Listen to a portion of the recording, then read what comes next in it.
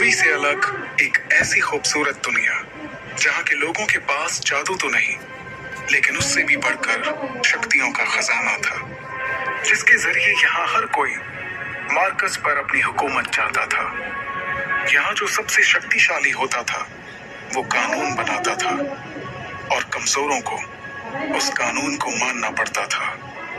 Marcus के सबसे जाने माने साम्राज्यों में से एक था ओहान साम्राज्य, और ओहान साम्राज्य का एक बड़ा खास शहर था मेसोडोरिया शहर। मेसोडोरिया शहर के खुले से मैदान में आज सैकड़ों लोगों की भीड़ जमा थी।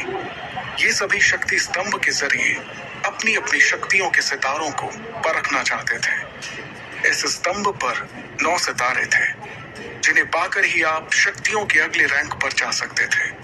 ध्रुव 3 साल पहले शक्ति स्तंभ पर 9वें सितारे को पा चुका था, लेकिन अचानक उसकी शक्तियां तीसरे सितारे पर आकर रुक गईं, और तभी से ध्रुव वापस से 9वें सितारे को पाने के लिए मेहनत कर रहा था। अपनी इसी शक्ति के सितारे को परखने के लिए ध्रुव सैकड़ों लोगों की भीड़ में खड़े होकर अपनी बारी का इंतजार कर रहा था। अपने दोनों हाथों की मुट्ठी को बंद कर ध्रुव ने खुद को भरोसा दिलाते हुए कहा, इस साल मैंने जी तोड़ मेहनत की है। इस बार मेरी शक्तियां जरूर 9वें सितारे तक फिर से पहुंचेंगी, जरूर पहुंचेंगी।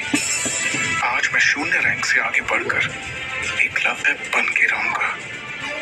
तभी एक घोषणा सभी के कानों में गूंजी, और अब अपनी शक्तियों को परखने वाले अगले शख्स का नाम है ध्रुव। जैसे ही ध्रुव का नाम पुकारा गया, वो लोगों की भीड़ से निकलकर बाहर आया और अपने कदमों को धीरे धीरे बढ़ाते हुए ऊंचाई पर रखे एक बड़े से पथरीले स्तंभ की ओर बढ़ने लगा, जिसका नाम था शक्ति स्तंभ। शक्ति स्तंभ के ठीक सामने पहुंचने के बाद ध्रुव के जहन में कई बातें चल रही थी। ध्रुव जब सिर्फ 4 साल का था, तब से उसने प्रैक्टिस करना शुरू कर दिया था, और 10 साल की उम्र तक तो वो 9वें सितारे तक पहुंच गया था। फिर 11 की उम्र में वो 0 रैंक से एकलव्य रैंक पर आ गया था। शौर्य दल के 100 साल के इतिहास में ये पहली बार था जब एक 11 साल का बच्चा एकलव्य बन गया हो। लेकिन उसके बाद ऐसा कुछ हुआ कि अचानक से एकलव्य एक बार फिर से 0 रैंक पर आ गया।